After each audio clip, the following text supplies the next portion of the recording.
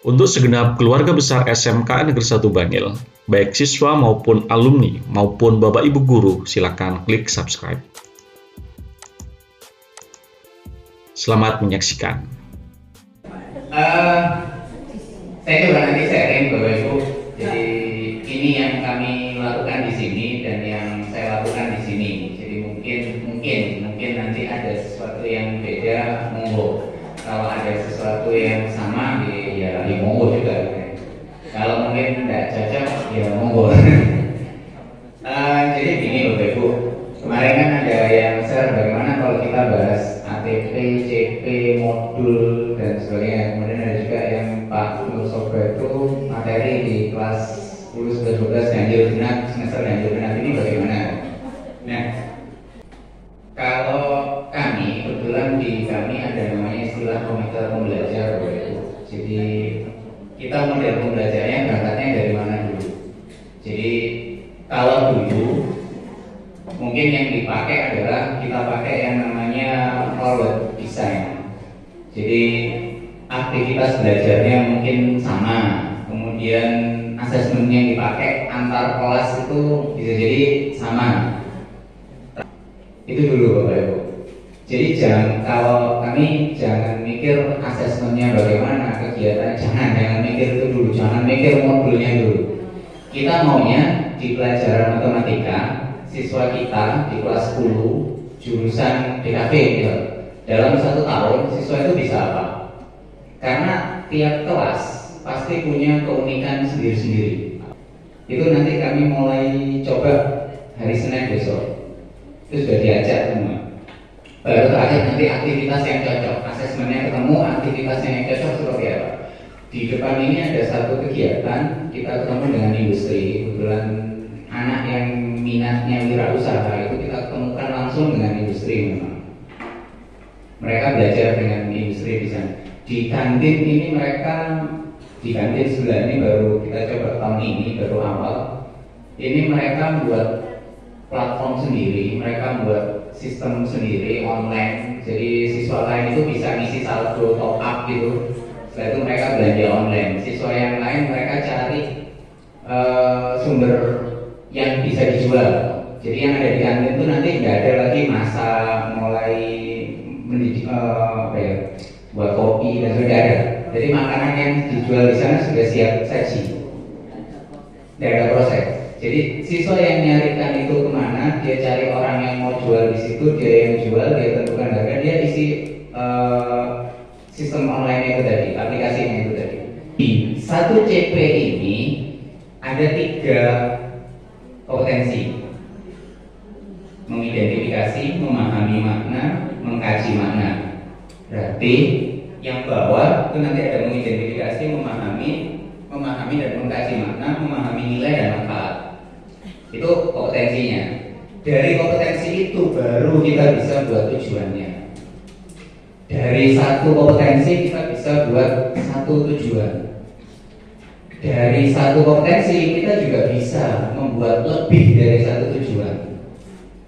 Kalau yang kami pahami kemarin, CP ini adalah batas minimal yang harus diberikan ke anak. Di fase E itu nanti ada elemen, nanti ada istilah baru nanti, ada elemen bilangan, aljabar fungsi, pengukuran, geometri, analisis data. Di fase F muncul lagi bilangan, muncul lagi aljabar dan fungsi, muncul pengukuran, muncul geometri, muncul analisis. Yang berbeda adalah dalamnya ini CP-nya. Jadi di fase E,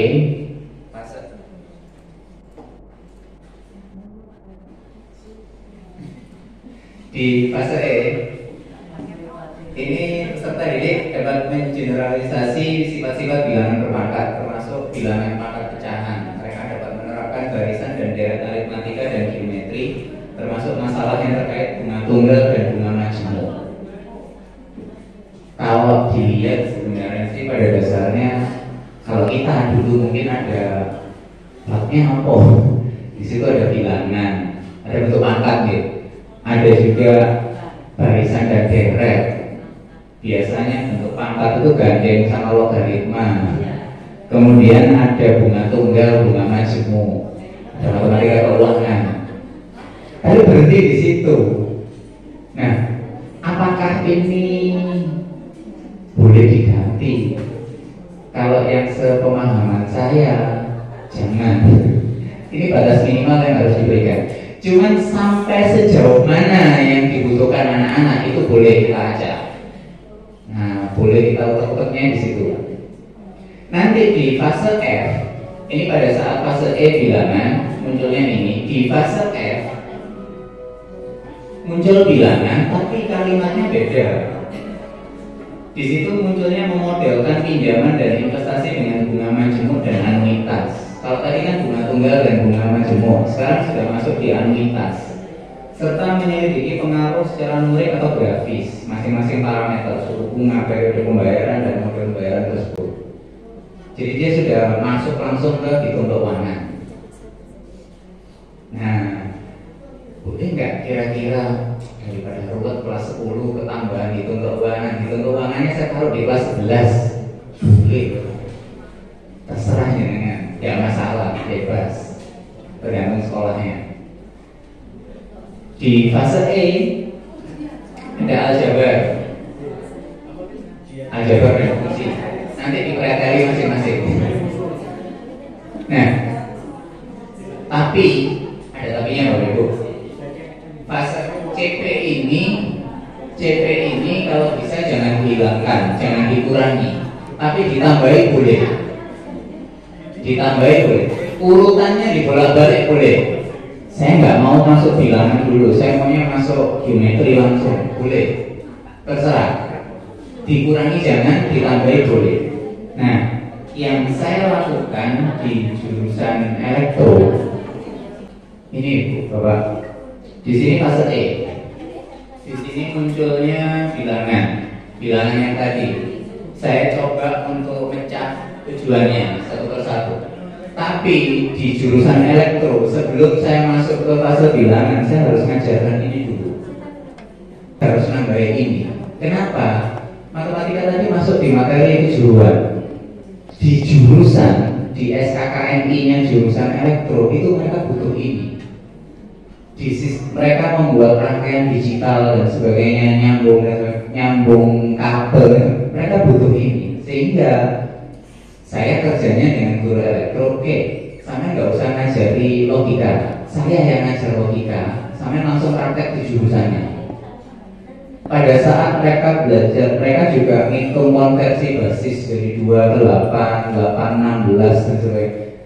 Itu di jurusan guru produktifnya nggak ngajar lagi, karena yang ngajar guru matematikanya. Dan ini dijadikan dasar untuk pelajaran produktifnya.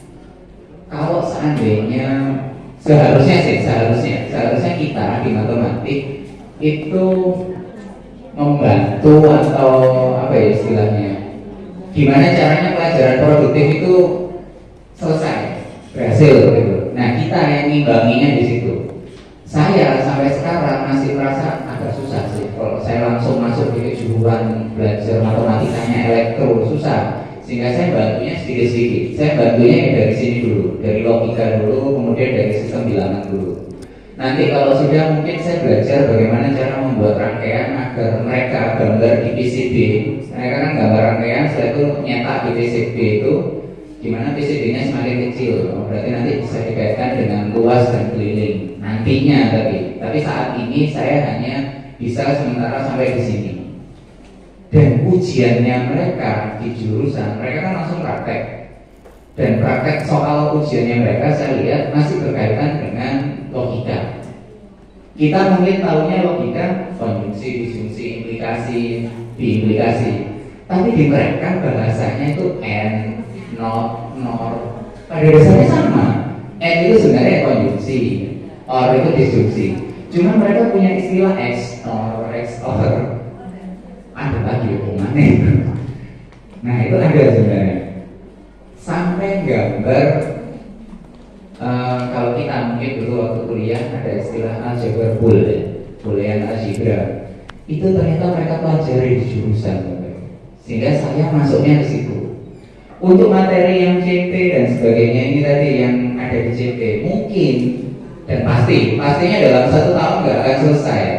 Nanti saya gantinya di kelas 11 karena kebetulan saya sekarang elektro saya, sehingga gampang enak terus. Kalau mungkin di sekolah dengan ganti kelas 10, ganti kelas 11, ganti orang agak kacau, kasihan. Saya sekarang enak karena dapat kelas 12 elektro yang dulu dipegang Pak Leon, karena materi ini dan sebagainya sudah selesai, waktunya gitu kan. Itu gampang malah. Nah, tapi saya tidak melakukan ini di jurusan tata busana, Bapak Ibu. Saya tidak memberikan logika, saya memberikan sistem bilangan, tapi yang saya berikan adalah operasi pada bilangan. Siswa saya di jurusan tata busana masih banyak yang kacau 4 kali 10 itu 50. Saya kasih kalkulator ya jawabannya 4 kali 10 50. Ini salah kalkulatornya atau anaknya atau saya. Akhirnya saya di tata busana sebelum masuk ke bilangan, saya ngajak mereka hitung-hitungan operasi hitung dasar 12 kali 3 sampai 12 tambah 4 bagi 2 kurang 3. Soal ulangan saya semacam itu. Dan anak-anak lupa itu anak SD. Tapi walaupun mereka mengatakan SD, kok mereka nggak ada yang dapat 100 juga. Saya mengulangnya dari sana karena di tata busana ternyata ada pelajaran buat pola itu ya. Mereka ternyata kalau gambar pola itu ukuran panjangnya harus habis bagi 2, harus habis bagi 3, harus habis bagi 4. Akhirnya saya ngulangnya ke sana, saya ngejarnya ke sana dulu. Masuk 27 bagi 3 berapa? Terus saya gitu. Ditanya terus. Kalau merasa sudah cukup, baru kita masuk ke materinya. Nah, ini kemarin saya buat. Jadi ini ada ATP-nya. Cuman ini yang saya buat di sini. Apakah nanti cocok dengan di tempat jenengan saya nggak ngerti. Nah, sengaja saya kosongi yang belakang. Modul sama JP-nya saya kosongi. Karena kan mungkin di saya mengajarkan yang ATP pertama itu butuh 2 jam. Ada lagi yang mungkin cukup 1 jam lah. Dilewati aja. Kalau itu kan hanya definisinya aja. Terserah ya. Oh, saya butuh yang rasionalkan perkalian sekawan. Di situ tidak saya tulis. Karena yang anak BB nggak butuh itu, makanya saya buang waktu itu. Nah, modul dengan JP-nya saya gunakan dan saya memang belum isi. Ini nanti tergantung jadinya. Apakah contoh ya materi bilangan di materi yang pertama ini ada 10 ATP. Apakah jenengan nanti mau buat 10 modul monggo, ataukah jenengan mau buat 1 modul boleh. Semuanya materi bilangan dianggap modul 1 boleh. Itu bebas, tidak ada ketentuan. Nih, ini barisan dan deret sudah, aljabar fungsi sudah. Yang belum saya kerjakan itu yang fase F, karena saya belum buat. Jadi ini masih saya kosongi. Jadi yang tadi di kelas 10 fase E itu kan ada bunga tunggal dan bunga majmuk.